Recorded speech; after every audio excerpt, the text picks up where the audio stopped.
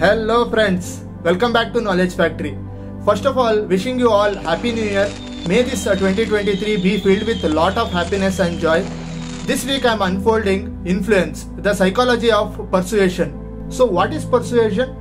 Persuasion is an act or a process of persuading someone to buy your product. Many of us have fallen victim to the tricks of salesmen, marketing agencies and advertising agencies, as well as brokers and middlemen. Especially real estate and automotive brokers. The way they talk and how they manipulate innocent people is mind-blowing. This book aids two communities, those who are in sales profession and who wants to improve their sales skills, as well as those who are falling continually into these sales traps and how to defend themselves against them. This book is suitable for people in all walks of life.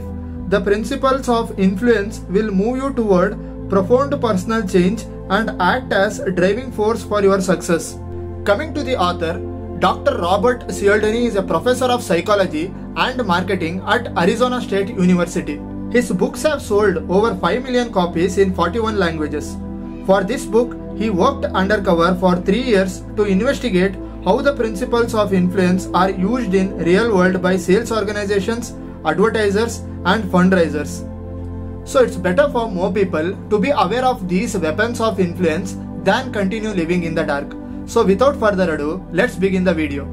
In this book, Cialdini will teach us 6 principles of influence. To understand why and how these principles work, we first need to learn that all animals and humans use cognitive shortcuts to simplify our lives. Cognitive shortcuts are the automatic thought patterns that people use to make decision making more efficient. But sometimes these triggers can be hijacked, so we make decisions against our best interests. Adding the single word "because" to a request makes a lot more people say yes to it. A well-known principle of human behavior says that when we ask someone to do us a favor, we will be more successful if we provide a reason. People simply like to have reasons for what they do. For example, let's assume there is a long queue for the photocopy machine. You want to cut the line by asking, "Excuse me, I have 5 pages. May I use the Xerox machine?" Here, 60% of people say yes.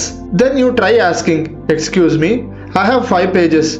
May I use the Xerox machine because I have to make some copies?" This time 93% of people say yes. The single word "because" caused almost everyone to say yes, even when the reason given was empty. Similarly, scientists discovered the nurturing behavior of a mother turkey bird is triggered almost entirely by the cheep sound their baby turkeys make.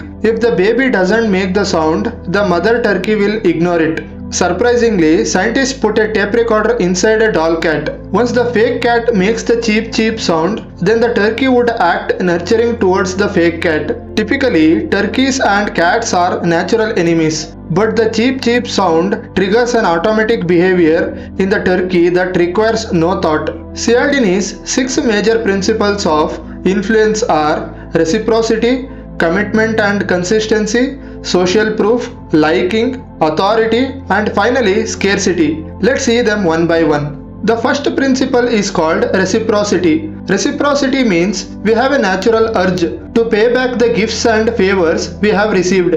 We always try to repay in kind what another person has provided us. Here are some real life examples. If someone buys you lunch, you will feel obligated to buy them lunch next time. Similarly, free samples. Businesses give out free samples in the supermarket because they know some people will feel social obligation to buy the product after tasting them. One more funny example is unwanted gifts. The Hare Krishna Society gave people on the streets a free flower before asking for a contribution. Most people didn't want the flowers, but the volunteers were trained to never take them back. So people felt an obligation to contribute before throwing flowers in the nearest garbage bin. With this strategy, they opened hundreds of centers. In the negotiation process, reciprocity is also applied. When one side makes a concession, it is almost viewed as a favor. A concession from one side usually triggers the other side to make their own concession. It's another form of reciprocity. Next, Cialdini's second principle is commitment and consistency. Once we have made a choice or taken a stand, we will encounter personal and interpersonal pressures to behave consistently with that commitment. Those pressures will cause us to respond in the ways that justify our earlier decision. For example, maintaining your religious affiliation even though there isn't a piece of evidence that confirms what you believe is in any way true. Secondly, weight loss clinics. They insist their clients to make their goals public because this helps them to stick to their diet. When we make a public promise, we feel pressured to appear consistent with it.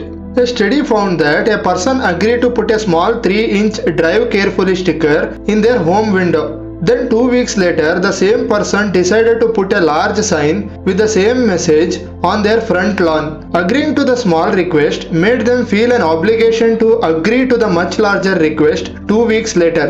The principle of consistency is used consciously or accidentally in many organizations. Moving on to the third principle, it is social proof. This means we tend to follow what others are doing. If we see many people taking one path, we assume we should follow it as well. For example, when you are choosing between two similar products on Amazon, are you going to buy the one with 5 good customer reviews or the one with 5,000 good reviews? Of course, the one with more reviews, right? The more people that seem to like a product, the better we assume it is. In most situations, this shortcut helps make our lives easier, but it can be hijacked. There is a large market for fake online reviews. Few more examples are bartenders salting tip jars and testimonials. Bartenders put a few bills into their jar when they start working, which increases tips because it sends out a message that tipping here is common and it is expected. On the other hand, testimonials are made by first putting some fake testimonials on display to showcase the stories of satisfied customers with an intention to collect more. Therefore, customer reviews, testimonials, or celebrity endorsements can increase the sales of a product. The fourth principle of influence is liking.